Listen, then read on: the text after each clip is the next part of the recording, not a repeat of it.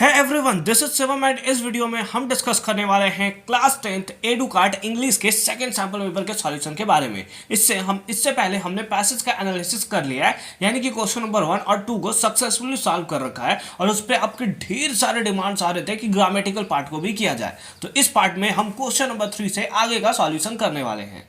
अगर आपने इससे प्रीवियस वीडियो अभी तक नहीं देखा है तो कंप्लीट प्लेलिस्ट का लिंक मिलेगा आपको डिस्क्रिप्शन में, जहां पर आने वाले वीडियोस भी अपलोड किए जाएंगे। लेकिन आपका बस एक चीज मेरे को चाहिए कि सपोर्ट चाहिए मुझे। आप सब्सक्राइब नहीं कर रहे हो चैनल को, सब्सक्राइब करो, क्योंकि अभी मैं हिंदी के भी सैंपल पेपर लेकर आने वाला हूं। तो फटाफट से सब्सक्राइब करके ज्वाइन करके हमें रख लो। देखो एक एक करके स्टार्ट करते हैं। क्वेश्चन नंबर 3 में है attempt any 10 of the given question.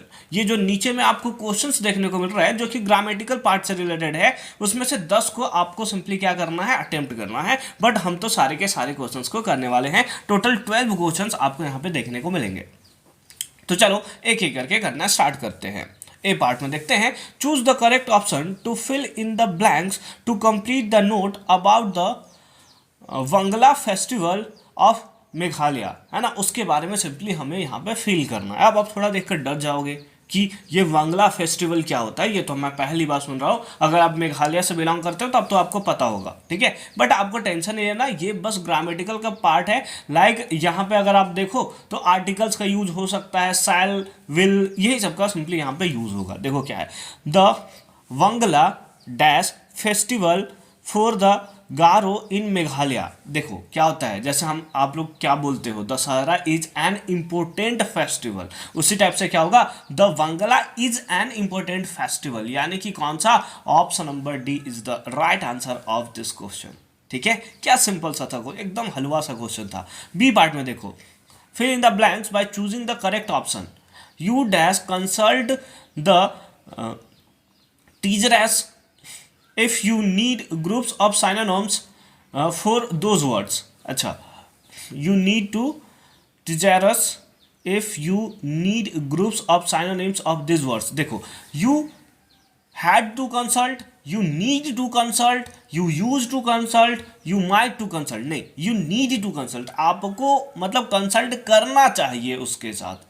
If you need group of synonyms of this word, अगर आप क्या चाहते हो कि ग्रुप ऑफ साइनोनिम्स जो है इस वर्ड का अगर आप चाहते हो, तो यहां पर सिंपली कौन सा होगा, नीड टू, है ना। ऐसा जरूरी है, इसीलिए हमें ऑप्शन नंबर बी देखने को मिलेगा। सी पार्ट में देखो क्या है, complete the given sentence with the correct form of be, है ना। अच्छा, ब्रैकेट में बी लिखा हुआ है, ठीक है। Everybody dash keen to participate in the upcoming नुक्कड़ नाटक। अच्छा, एवरीवन आर, नहीं आर तो हो ही नहीं सकता। एवरीबडी जो होता है वो हमारा एक सिंगुलर वर्ड है।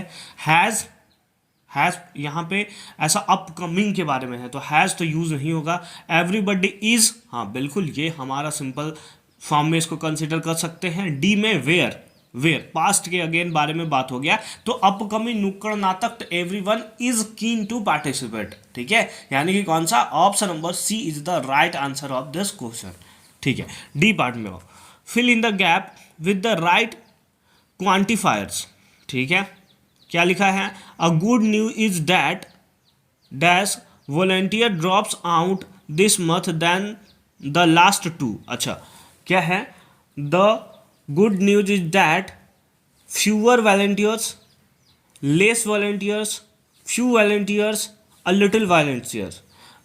good news is that fewer volunteers, है ना। यहाँ पे क्या लगेगा, fewer लगेगा, few नहीं चलेगा, ठीक है। हमें क्या करना पड़ेगा, fewer करना पड़ेगा। क्योंकि आगे आप देख रहे हो volunteers dropped out, है ना, मतलब वो कर चुके हैं इस मंथ में, है ना, dropped out this month। इस बेसिस पे यहाँ पे क्या लगेगा, हमें fewer देखने को मिलेगा, ठीक है।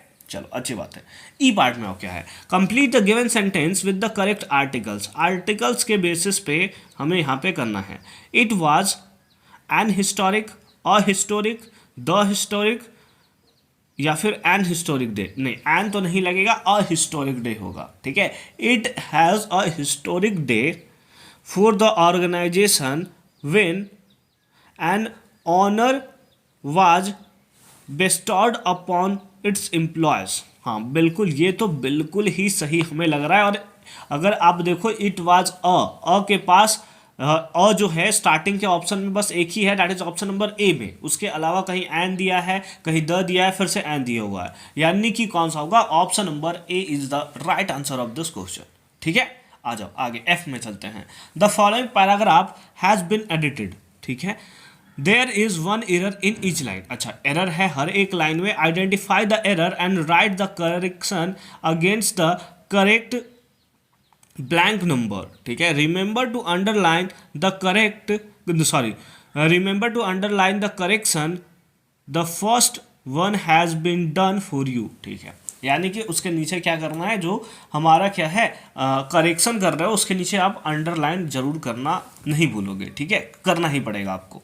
ठीक है, क्या है क्वेश्चन में दिया है, जैसे chess is called the game of king. अच्छा, जैसे एरर है डबल ओ डबल एफ ना होकर ओ एफ होगा। ठीक है, उसी टाइप से सेकेंड वाले पार्ट में दिया है, it has being around for a long time. ठीक है, it has being around for a long time, it has being नहीं होगा, यहाँ पे बिन होना चाहिए।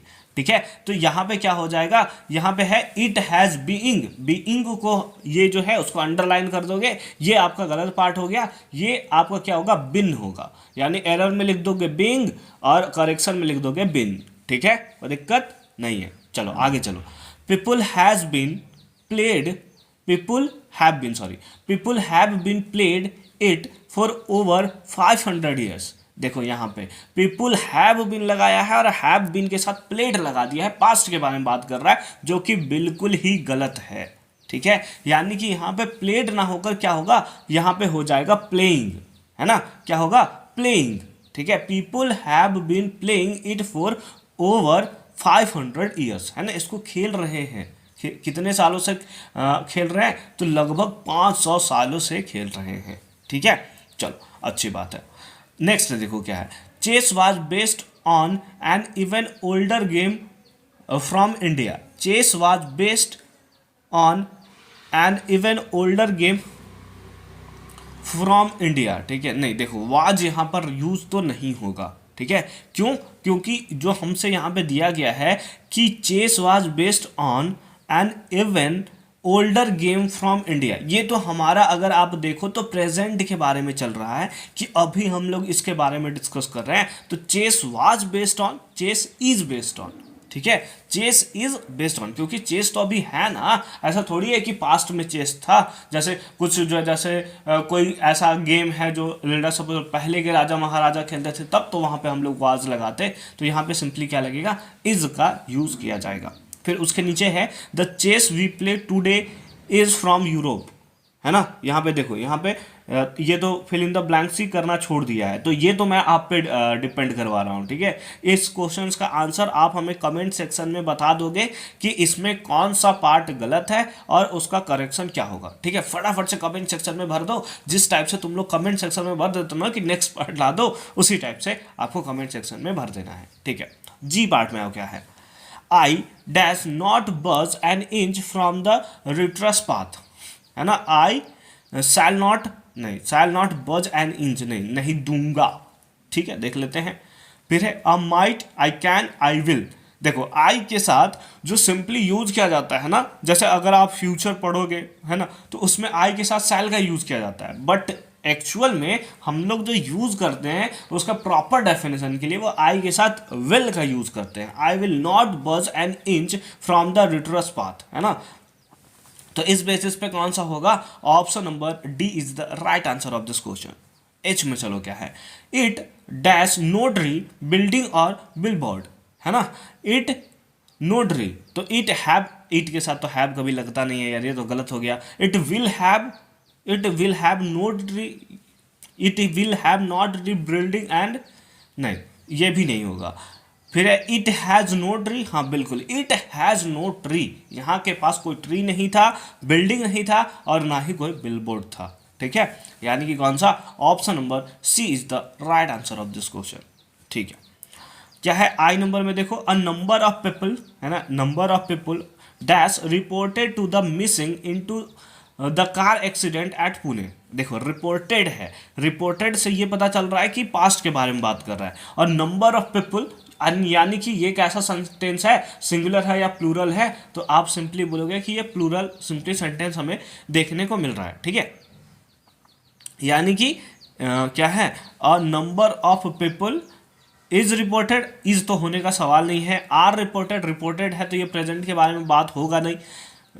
फिर है were reported the number of people, हाँ बिल्कुल, क्योंकि ये प्लूरल है इसीलिए यहाँ पर वेयर होगा, ना कि ऑप्शन डी यानी कि वाज होने वाला है। यानी कि कौन सा, option number C is the right answer of this question. J part में देखो, we don't think there will be a sure shortage of drinkable water because there was dash rainfall yesterday.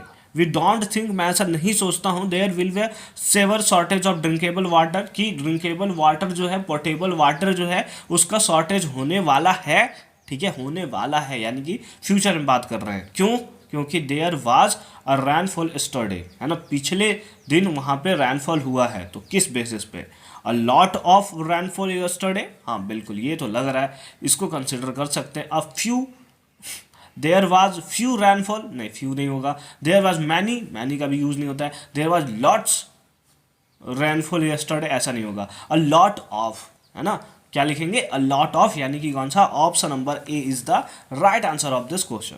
के पार्ट में आओ, change the narration of the following sentence by choosing the correct option, ठीक है, अच्छी बात है।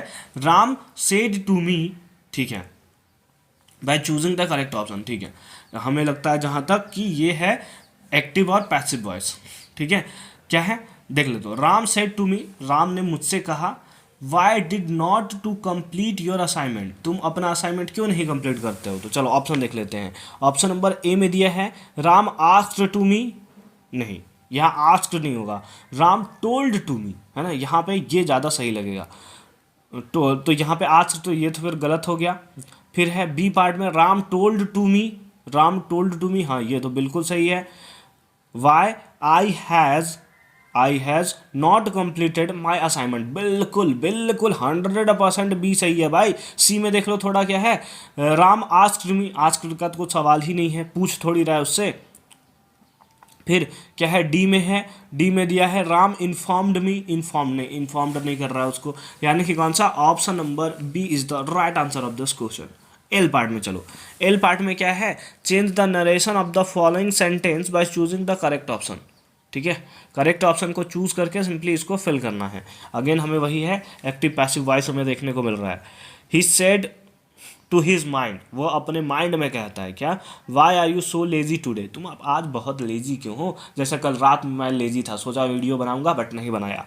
ठीक है, चलो इसके बेसिस पे देखो क्या है, ही आस्क्ड हिज मेड, है ना, he said to his mad, अच्छा मेड के बारे में दिया हुआ है, ठीक है, he said to his maid, अच्छा मैंने सुना कि वो अपने आप को कह रहा है, कोई बात नहीं, होता है। Why why are you so lazy, है ना, तुम क्यों बहुत सारा लेजी हो, ठीक है। शी आस्क्ड हिज मेड, है ना, अपने मेड से पूछा, हाँ बिल्कुल ये तो सही है, यहाँ पे आस्क्ड लग सकता है।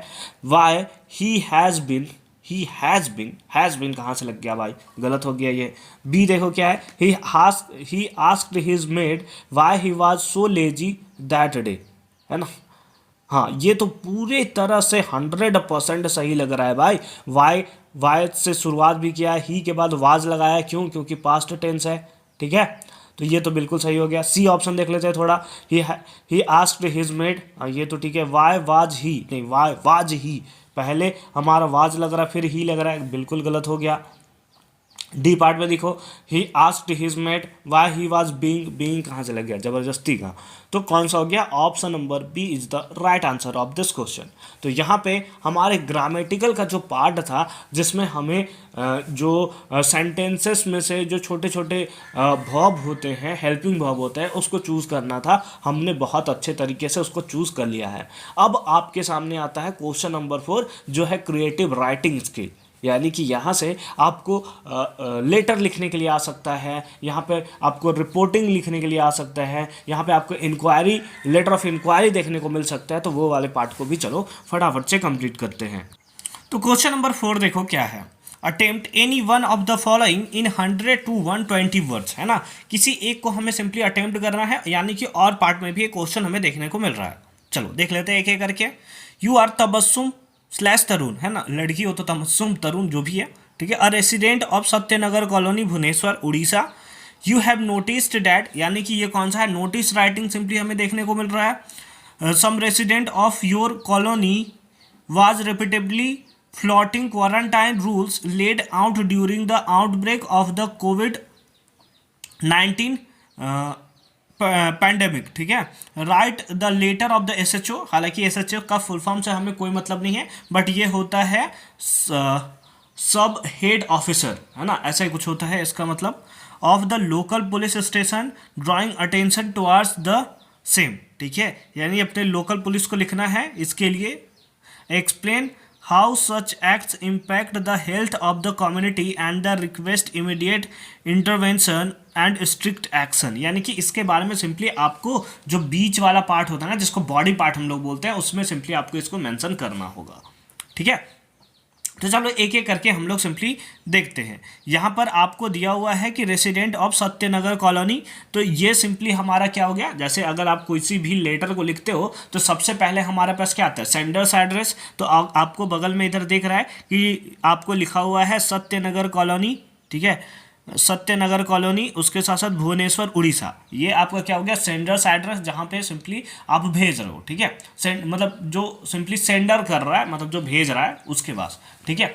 फिर उसके नीचे हम लोग लिखते हैं डेट को, जो कि एकदम प्रॉपर फॉर्म में लिखा हुआ है 14 अक्टूबर 2020, ठीक है। आप डेट के अकॉर्डिंग सिंपली उसको तो आगे पीछे कर सकते हो। अब उसके बाद आता है रिसीवर्स एड्रेस, जो रिसीव कर रहा है उसका एड्रेस क्या है, तो आप एसएचओ सत्यनगर पुलिस स्टेशन को सिंपली कर रहे हो, जो कि अगेन वहीं का है, तो भुवनेश्वर उड़ीसा। फिर उसके नीचे आता है सब्जेक्ट, तो सब्जेक्ट में आपको लिखना है सिंपल फॉर्म में concern over floating of quarantine rules, है ना, इसके बारे में सिंपली ये था। उसके बाद सैल्यूटेशन तो बिल्कुल नहीं भूलना है, जैसे यहाँ पे लिखा हुआ है सर, आप लिख सकते हो रिस्पेक्टेड सर, उसमें भी कोई प्रॉब्लम नहीं है, ठीक है। उसके बाद आता है बॉडी पार्ट्स, और बॉडी पार्ट्स जो ना बहुत ज़्यादा इंपॉर्टेंट है, ठीक है। कम से कम इसको 3 पैराग्राफ में हमें लिखना होता है, और 3 पैराग्राफ में और एकदम प्रॉपर वर्डिंग के साथ, क्योंकि 100 to 120 वर्ड्स है, तो एकदम कुछ भी मत भर के आई हो, ठीक है, एकदम प्रॉपर वर्ड्स में भर के आई हो। जैसे यहाँ पे क्या दिया है, this is draw your attention to be constant flouting of quarantine norms by the resident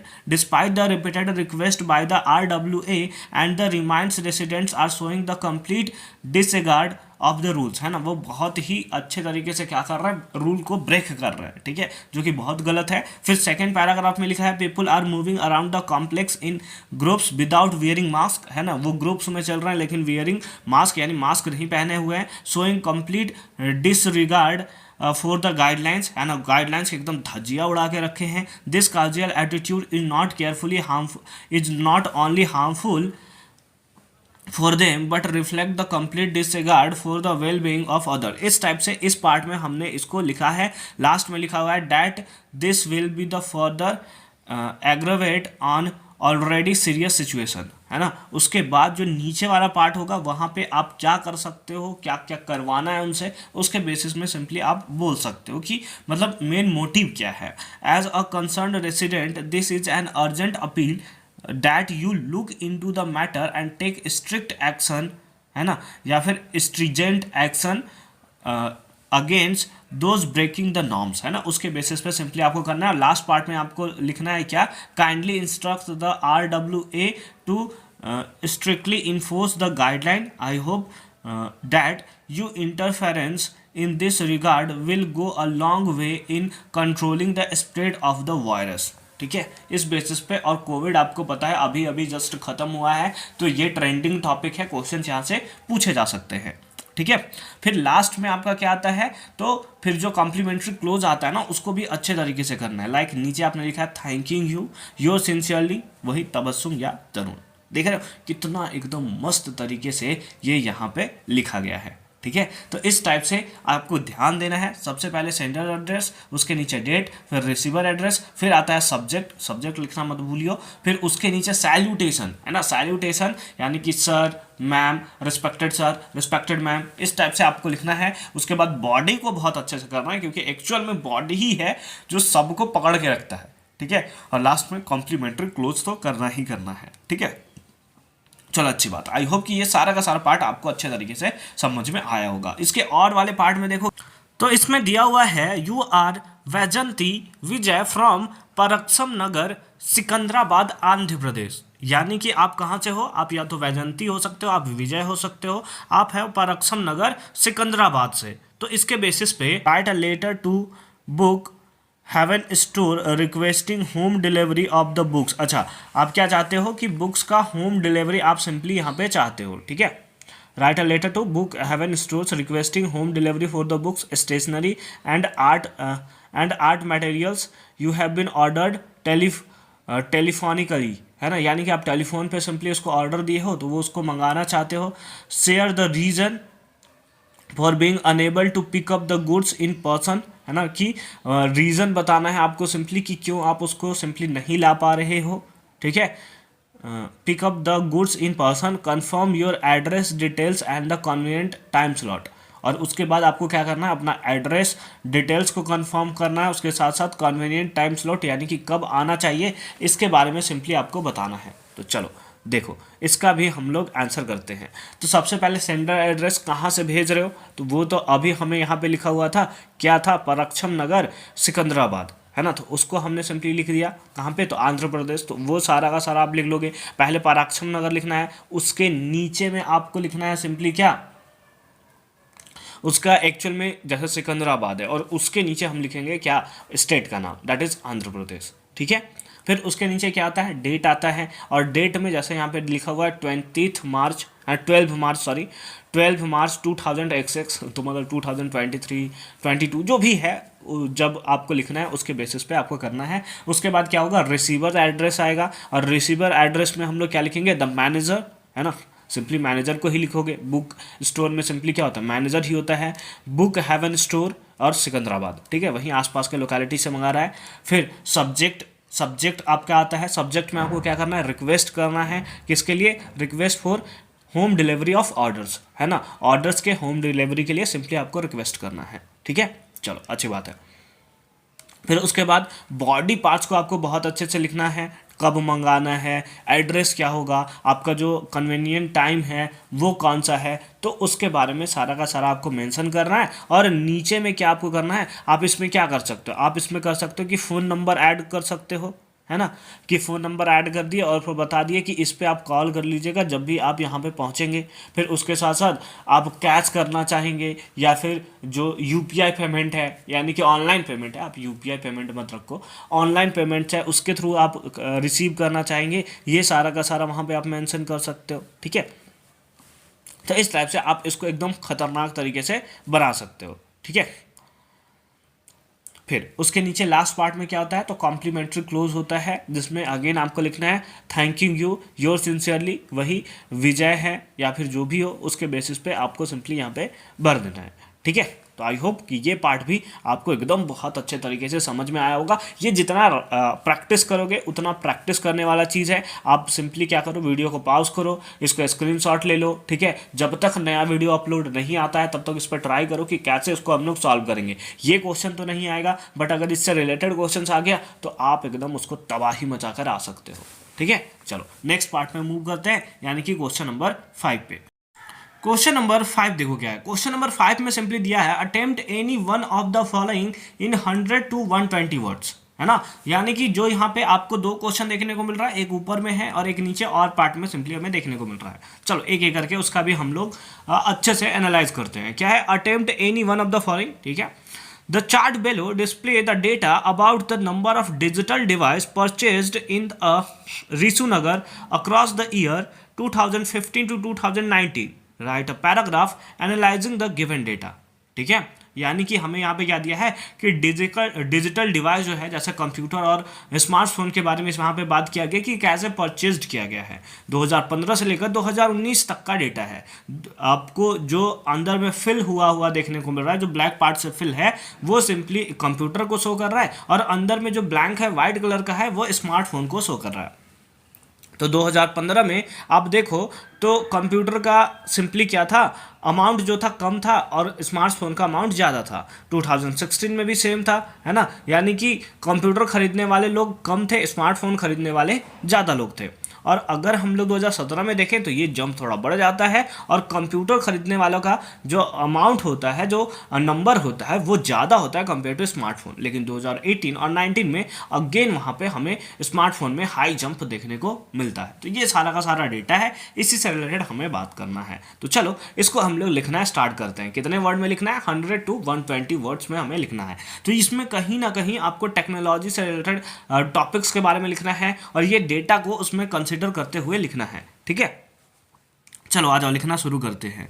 क्या है? Technology govern every facet of our life and the given data shows how to strangling figure of the digital device sale, है ना। ये हमें क्या दिया है कि डिजिटल डिवाइस को कैसे सेल किया जाता है उसके बारे में सिंपली हमें यहाँ पे दिया गया है। The given data clearly shows how from being a luxury computer and A smartphone have become a necessity, है ना। कैसे वो नेसेसरी बढ़ता जा रहा है। इन 2015 is about 3500 computers and 42,000 smartphones were purchased। ठीक है, अगर 2015 में बात करें 2015 में, तो यहाँ पे कुछ तो गलत हो गया है इसके साथ। ये नंबर किस में है? थाउजेंड्स में है क्या? हाँ थाउजेंड्स में। तो 3500 ना होकर 35,000 होना चाहिए। ठीक है, तो 35,000 computers and 42,000 smartphones were purchased. However, the sales of the digital device has been shown a gradual increase over the past 4 years, है ना। वो धीरे धीरे क्या कर रहा है? Gradually increase कर रहा है।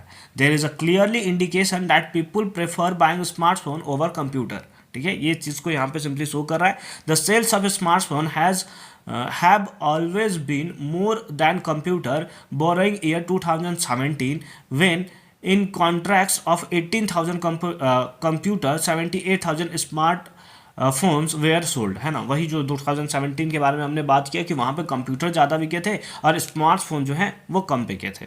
ठीक है, preference of the smartphones also indicate that people find it smartphones Preference of the smartphones also indicate that people find it easier to work with the smartphones and since they offer much of the same feature as computer, है ना। Smartphone क्या है कि कहीं भी आप ले जा सकते हो। कंप्यूटर तो एक प्लेस पे आप रख दिए तो रख दिए।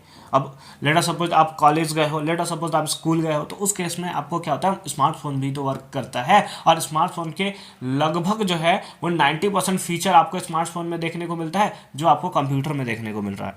ठीक है, Computer as are easy to carry. In year 2019 shows a sharp spike crossing the 10,000 marks in a year।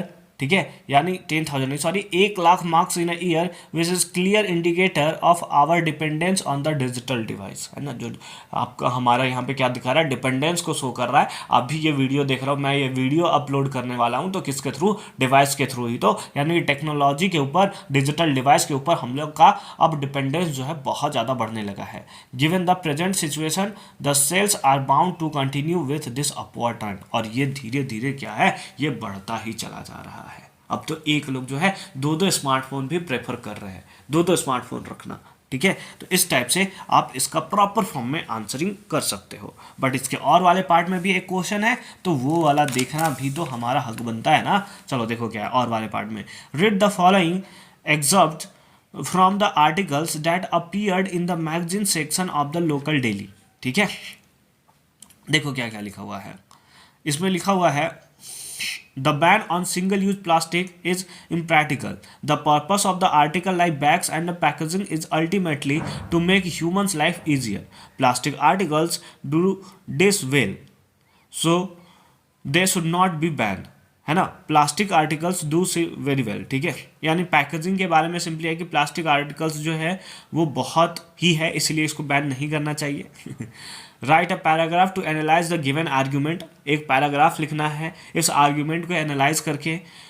You could think about what alternative explanation might weaken the given conclusion and the include rational evidence that would strengthen counter the given argument. ठीक है, यानी कि क्या क्या उसको counter करेगा, इस बारे में सिंपली आपको लिखना है। तो आप लिख सकते हो कि इससे आपका लंग्स कैंसर हो सकता है ना, अगर ज़्यादा होने लगा। इससे आपको मरीन स्पीसीज, जो इससे पहले पैराग्राफ में भी आपने पढ़ रखा है ना, जो पैसेज था, मरीन स्पीसीज का प्रॉब्लम होता है। कैलिफोर्निया में जो फिशेस को परचेज किया गया था उसके अंदर से प्लास्टिक भी निकला था। ठीक है, तो इस टाइप से इसका प्रॉपर फॉर्म में आप आंसरिंग कर सकते हो। हम लोग देख लेते हैं क्या है। Single use plastic optimise the present day culture, and this has devastating connotation for the environment. Taking note of this, governments world over are joining the hands to the ban plastic, है ना, सारा का सारा government क्या है, plastics को ban करने के पीछे पड़ा हुआ है और करना भी चाहिए। But is that really a solution, but क्या ये रियली एक सॉल्यूशन है? When to furniture to house hold equipment, sorry क्या एक लाइन छोड़ दिया मैंने, when everything is plastic from medical equipment to furniture to house hold equipment, मतलब हर एक चीज़ तो प्लास्टिक में मिलता है। अगर आपको लेटर सपोज क्या करना है, आपको सपोज आपको भूख लगी, आप बिस्किट खा रहे हो, प्लास्टिक बैग है, ठीक है। अगर आपको मिक्सचर खाना है, प्लास्टिक बैग है। अगर आपको आप बीमार पड़े हो, ठीक है, आप दवा लेने जाते हो, अगेन प्लास्टिक बैग में ही आपको मिलेगा, है ना। उसका जो सेल्ड होता है जिसमें सिंपली दवा को रखा जाता है, वो भी तो प्लास्टिक का होता है। तो क्या ये जो है प्लास्टिक को बैन करना, क्या ये सही रीज़न है या फिर क्या ये पॉसिबल भी है, इसके बारे में सिंपली हमें ये बात किया है। We are at to come up with an alternative to the plastic and think of how plastic has made life convenient for us, है ना। यानी कि हमें कोई एक अल्टरनेटिव इसका लाना पड़ेगा प्लास्टिक्स का, जो कि प्लास्टिक्स को हटा दे, है ना। अभी हमारे पास क्या है, सिंगल यूज़ ऑफ प्लास्टिक, है ना, एक प्लास्टिक आप यूज़ करो, बट ये कोई करता नहीं है, ठीक है, बहुत ही कम लोग करते हैं, अगर करते भी हैं तो। यानी कि अगर 100% लोग हैं ना, तो 99% लोग जो है, 99% भी ज़्यादा मैं बोल रहा हूँ, 99.8% लोग जो है ना, वो सिंगल यूज़ ऑफ प्लास्टिक का यूज़ सिंपली हमें देखने को मिलता है। बाकी सब लोग जाएंगे प्लास्टिक दे दो भैया, प्लास्टिक दे दो भैया, प्लास्टिक दे दो भैया, कैरी बैग कोई ले जाना नहीं चाहता है, ठीक है। तो इस टाइप से हमें देखने को मिलता है। तो कोई इसका अल्टरनेटिव हमें लाना पड़ेगा जो कि प्लास्टिक को रिप्लेस कर सके। Affordable packs and the sachets has been affordable and accessible for the poors, ठीक है। फिर उसके बाद है the ban of this impractical as this has only made the replace one from the plastic with another. जैसे क्या होता है कि कभी कभी आप स्टेट में देखोगे तो प्लास्टिक बैन हो गया, बट उनके पास कोई अल्टरनेटिव नहीं है। जैसे बोला जाता है कि आप पेपर बैग का यूज़ करो, बट पेपर बैग का यूज़ करो तो बट वो देखने में आपको लग रहा होगा कि ये बहुत ज़्यादा ना, जैसे जो प्लास्टिक आपको स्ट्रेंथ प्रोवाइड करता है, जिसमें उसमें आप 2 किलो 3 किलो ला सकते हो, प्लास्टिक बैग में अगर आप 1 किलो ढंग से लाओगे ना, फटने लगेगा। तो एक अल्टरनेटिव फॉर्म होना चाहिए ना। प्लास्टिक लोग क्यों यूज़ कर रहे हैं? प्लास्टिक लोग यूज़ इसलिए कर रहे हैं क्योंकि उनके पास मजबूरी है, क्योंकि वो सारा सपोर्ट प्रोवाइड कर रहा है। 2 किलो तक आप ला सकते हो, आपको इजी टू कैरी है। प्लास्टिक जैसे अगर कैरी बैग है तो उसमें ऊपर टांगने के लिए कुछ नहीं होता, तो एक अल्टरनेटिव फॉर्म लाना पड़ेगा। लोग जो हैं वो परेशान हैं प्लास्टिक से, ऐसा नहीं है कि उन्हें कोई फर्क नहीं पड़ता अगर इन्वायरमेंट खराब हो जाए, बट कोई अल्टरनेटिव फॉर्म गवर्नमेंट के पास होगा तब ना। केवल सुबह उठे और बोल दिए कि नहीं प्लास्टिक्स बैन हो जाएगा, तो ऐसे करने से कभी भी सॉल्यूशन हमें नहीं मिलने वाला है, ये तो हमें लग रहा है, ठीक है। Another, we are buying plastic garbage bags to dispose the garbage. We are yet to find a replacement for the plastic, and the single use of plastic is only serving the purpose of adding more plastic to the landfills, which does not portend well of the environment. This needs to be a better thought of our plans before this blanket ban is enforced, ठीक है। यानी कि क्या करना चाहिए, एक मिट्टी खान कर और वहाँ पे सारे प्लास्टिक को डाल देना चाहिए और उसके पास सिंपली क्या कर देना, बंद कर देना चाहिए। जैसे अगर एक सॉल्यूशन ये भी हो सकता है कि जैसे कोई घर बन रहा है, ठीक है, घर बन रहा है तो वो वाला प्लेस जो होता है वो तो कम से कम यूज़ का तो नहीं होता। तो जब घर बन रहा है ना, तो वहाँ पे क्या करना चाहिए कि मिट्टी खान कर, है ना, जो मिट्टी खान कर, अच्छा खासा मिट्टी खान कर सारे के सारे प्लास्टिक्स को, लोकेलिटी में जितना प्लास्टिक है ना सब उसके अंदर डालो, उसके ऊपर से अच्छे तरीके से मिट्टी डाल दो, ठीक है, और उसको फिर अच्छे से रोड रोलर है या उससे कुछ भी, ताकि वो अंदर ना जाए, और उसके बाद घर बना लो भाई। उसके बाद घर बना लो, जितना प्लास्टिक है उसका, जितना तुम्हारा घर, जिस एरिया में तुम्हारा घर है उसका तो तुम यूज़ करने वाले नहीं हो, तो उसके ऊपर अगर घर बना दोगे ना, तो वो जितना प्लास्टिक्स है वो तो सिंपली हो जाएगा, वो डिग्रेड हो जाएगा। इस टाइप से हम लोग कर सकते हैं अगर करना चाहें तो, ठीक है। तो इस टाइप से आप इसके प्रॉपर फॉर्म में आंसरिंग कर सकते हो। हालांकि क्योंकि अभी भी 34 मिनट्स 23 सेकेंड्स का ये वीडियो हो चुका है, तो काफ़ी लंबा वीडियो हो चुका है। सेक्शन सी को हम लोग डिस्कस करेंगे नेक्स्ट पार्ट में, जहाँ पे सेक्शन सी के कंप्लीट सॉल्यूशन को हम लोग देखेंगे। तो मिलते हैं आपसे अगले वीडियो में, तब तक के लिए अच्छे से पढ़ाई करते रहो। All the very best. अपना सपोर्ट इस चैनल को जरूर दिखाना। फटाफट से 30 के सब्सक्राइबर हमें कंप्लीट करना है, तो उसको भी कंप्लीट करा दो। मिलते हैं आपसे अगली वीडियो में, तब तक के लिए अच्छे से पढ़ाई करते रहो। कंप्लीट प्लेलिस्ट का लिंक मिलेगा आपको डिस्क्रिप्शन में, तो डिस्क्रिप्शन चेक करना मत भूलना।